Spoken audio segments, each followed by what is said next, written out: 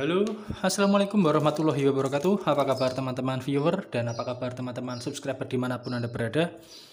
Semoga hari ini kalian dalam keadaan sehat dan bahagia. Di hadapan kita sekarang ada sebuah kaos teman-teman. Ini adalah kaosnya, temanya spiritualis Al-Hikmah Ganang Setyoko teman-teman.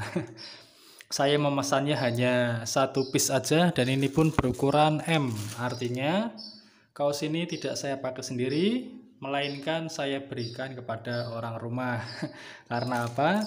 Desain kali ini saya kurang begitu menyukai karena terlalu ekstrim dalam tanda kutip teman-teman. Kita buka ya sekarang ya. Ini memang adanya berwarna putih teman-teman.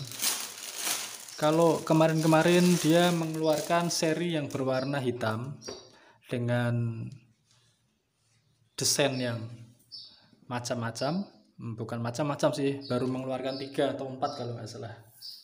Oh, ada stikernya juga teman-teman. Ini stiker, tulisannya Ganang Setyoko dan ini logo pada desain dia yang kedua atau ketiga kalau nggak salah ini. Yang kedua sepertinya.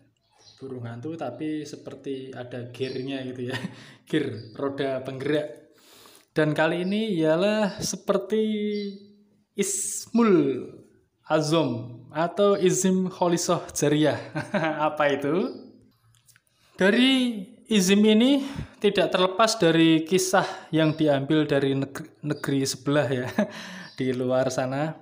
Kisah dari Kholisah, si budak hitam, dan ada hubungannya dengan Hirzul Ghozilah. Susah banget ya. Lidah saya itu kurang fasih kalau untuk mengucapkan bahasa asing dari negeri sana ya.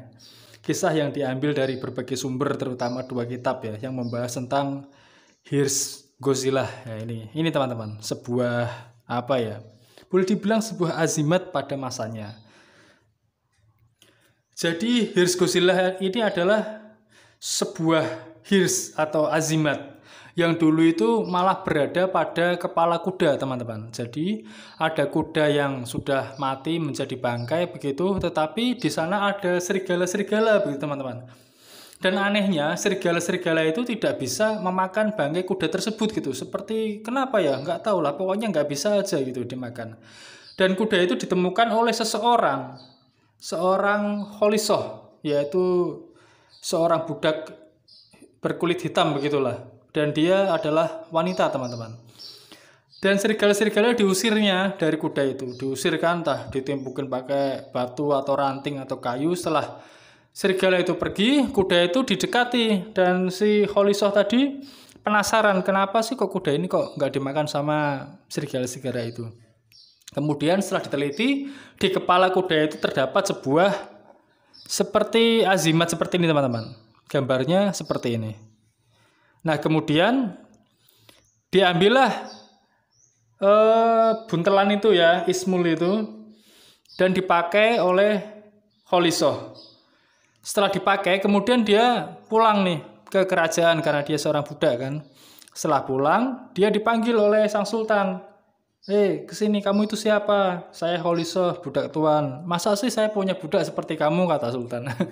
Nah, singkat cerita, Kholisah dipersunting sebagai permaisuri ya oleh Raja Harun ar-Rasyid pada masanya, pada dinasti Khilafah Abbasiyah.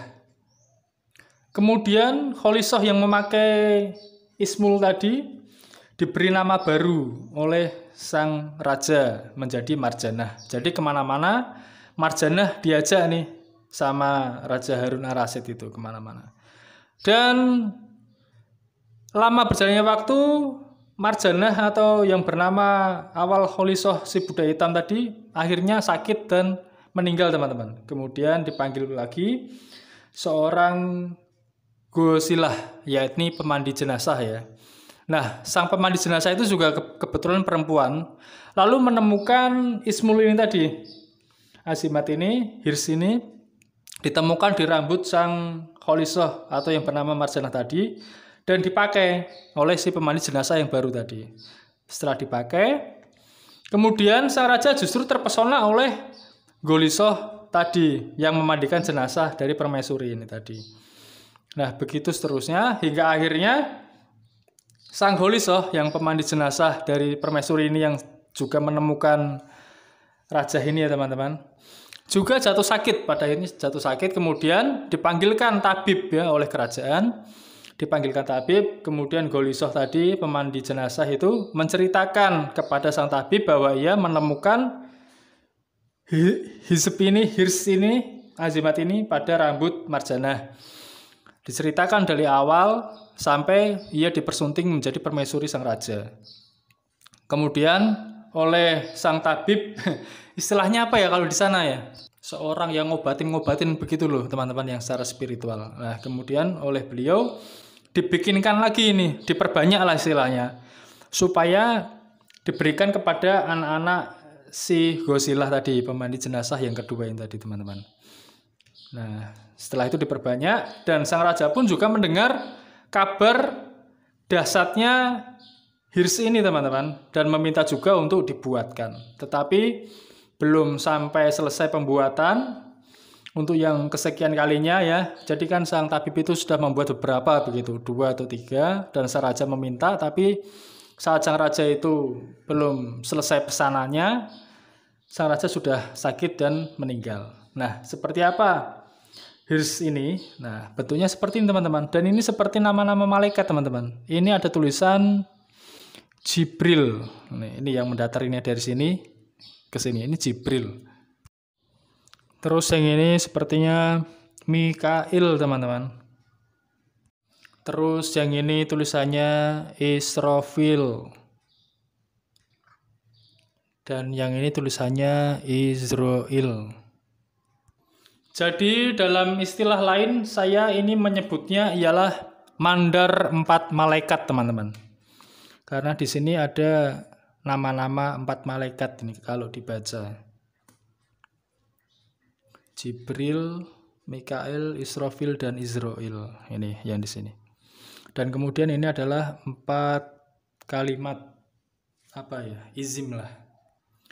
Konon ini memiliki banyak fungsi daya spiritualis ya, tapi tidak perlulah saya ceritakan ini apa karomahnya begitu, karena ya ini hanya sebuah sablonan biasa teman-teman. Karena untuk membuat sebuah benda yang memiliki tuah, kalau ingin membuat benda yang memiliki daya magis itu memang membutuhkan sebuah keprihatinan atau lelaku atau daya spiritual dari orang yang membuatnya. Tapi ini kan hanya sebuah sablonan biasa teman-teman, yang kita sablon menggunakan alat sablon. Jadi tidak perlu tidak perlu terlalu terpesona dengan wah ini konon ada daya spiritualis ininya, bisa membuat orang seperti ini, bisa membuat orang seperti itu. Saya ya tertawa aja lah istilahnya, kalau nggak kerja nggak makan gitu teman-teman. Saya memesan kaos ini tidak mengharapkan sebuah daya dari sablonan yang ada di sini teman-teman. Sebuah raja yang ada di sini. Saya memesan kaos ini ya hanya sebagai kebutuhan untuk mengisi konten video saya aja teman-teman. Tidak ada unsur fanatik terhadap sebuah tokoh atau seorang tokoh ya. Ini kan tokoh, ini nama orang ya teman-teman. Nama seorang YouTuber ini. Juga tidak mengharap dari sebuah daya ini. Saya pemesan hanya untuk mengisi konten video saya di YouTube. Karena ada istilah YouTuber itu, ada istilah SEO, Search Engine Optimism, adalah sebuah kata kunci tertentu yang supaya video itu bisa berada di beranda milik orang-orang ya ketika mengetik nama tertentu. Nah ini yang akan saya manfaatkan untuk memesan seperti ini teman-teman.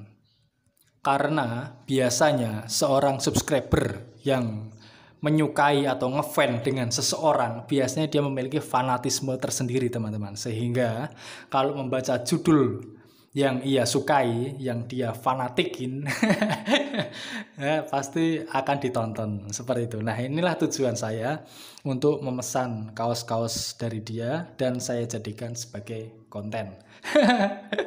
Semoga video singkat ini memberi sedikit hiburan dan memberi sedikit inspirasi bagi para YouTuber ya.